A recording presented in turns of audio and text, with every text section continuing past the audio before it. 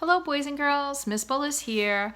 I am going to read the third chapter of The Trumpet of the Swan. I hope you enjoy it. This chapter is called A Visitor.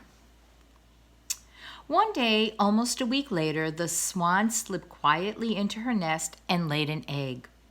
Each day she tried to deposit one egg in the nest. Sometimes she succeeded.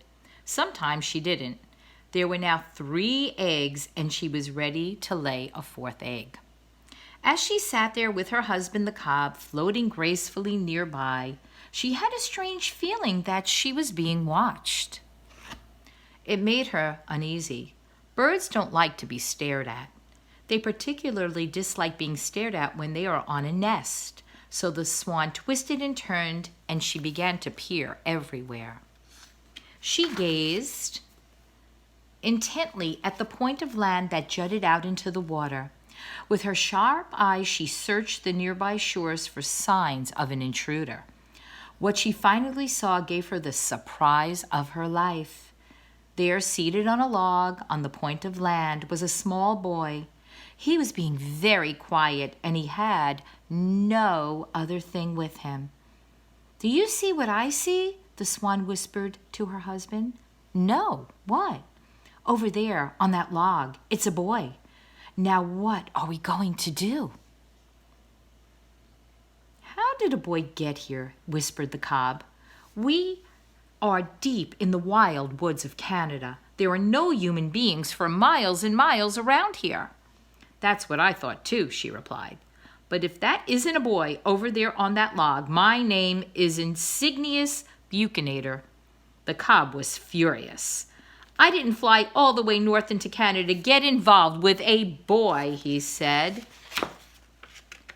"We came here to this idyllic spot, this remote little hideaway, so we could enjoy some well-deserved privacy." "Well," said his wife, "I'm sorry to see the boy too, but I must say he's behaving himself. He sees us, but he's not throwing stones, he's not throwing sticks, and he's not messing around. He's just simply watching us." "I do not wish to be watched," complained the cob. "I did not travel all this immense distance into the heart of Canada to be watched. Furthermore, I don't want you to be watched either. You're laying an egg, that is, I hope you are, and you're entitled to your privacy. It has been my experience that all boys throw stones and sticks. It's in their nature. I'm going to go over there and strike that boy with one of my powerful wings, and he'll think he has been hit with a billy club, and I'm going to knock him out cold." "Now, just wait a minute," said the swan. "There's no sense starting a fight. The boy is not bothering me at the moment. He's not bothering you either."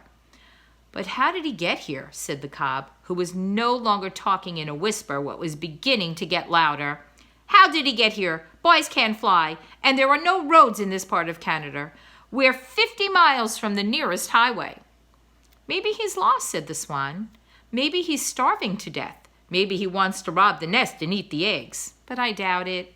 He doesn't look hungry anyway. I've started this nest, and I have 3 beautiful eggs. And the boy's behaving himself at the moment, and I intend to go right ahead and try to lay this 4th egg."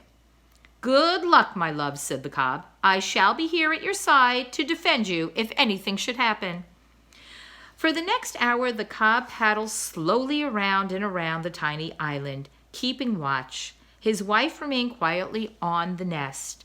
Sam sat on his log, hardly moving a muscle. He was spellbound at the sight of the swans. They were the biggest water birds he had ever seen in his whole life.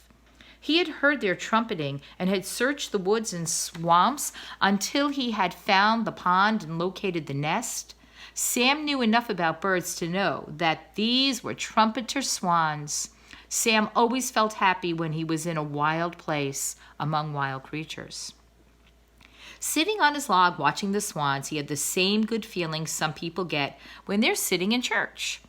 After he had watched for an hour, Sam got up. He walked slowly and quietly away, putting one foot straight ahead of the other. The swans watched him go. When the female left the nest, she turned and looked back. There, lying safely in the soft feathers at the bottom of the nest, were the 4 beautiful eggs.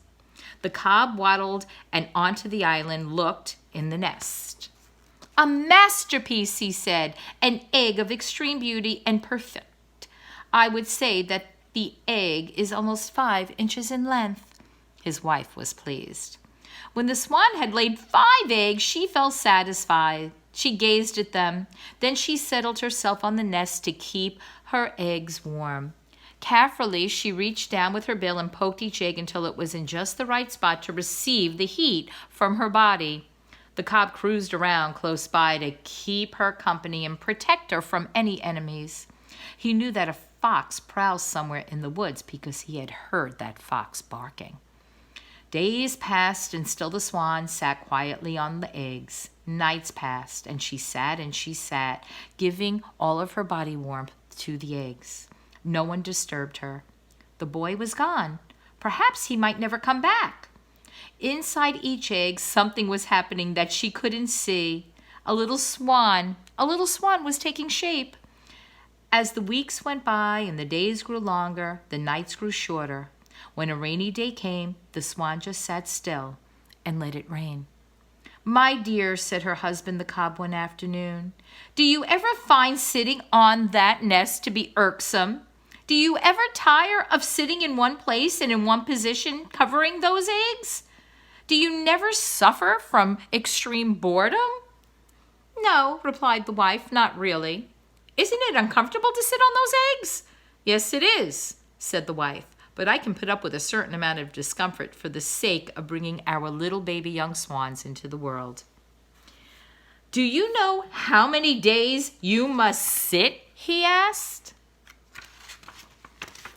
"Haven't any idea," she said, "but I noticed that the ducks at the other end of the pond have hatched their young ones. I noticed that the red-winged blackbirds have hatched theirs, and the other evening I saw a striped skunk hunting along the shore, and she had 4 little baby skunks following her.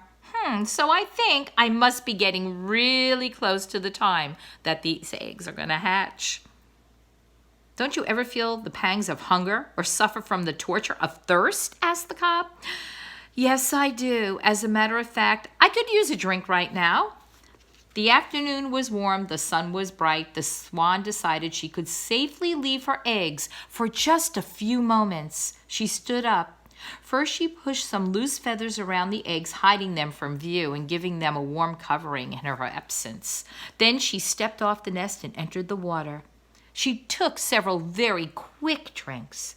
Then she glided over to a shallow place, put her head under water, and pulled out some tender greens from the bottom. Next, she took a bath by tossing water all over herself. Then she waddled out onto a grassy bank and stood there, cleaning her feathers. The swan felt good. She had no idea, though, that an enemy was near. She failed to notice the red fox as she watched her from his hiding place behind a clump of bushes. The fox had been attracted to the pond by the sound of the splashing water.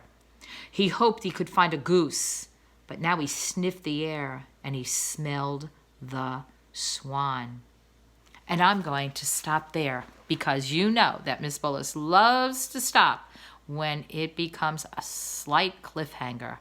So tune in when I read the rest of this chapter. Okay, boys and girls, talk to you soon.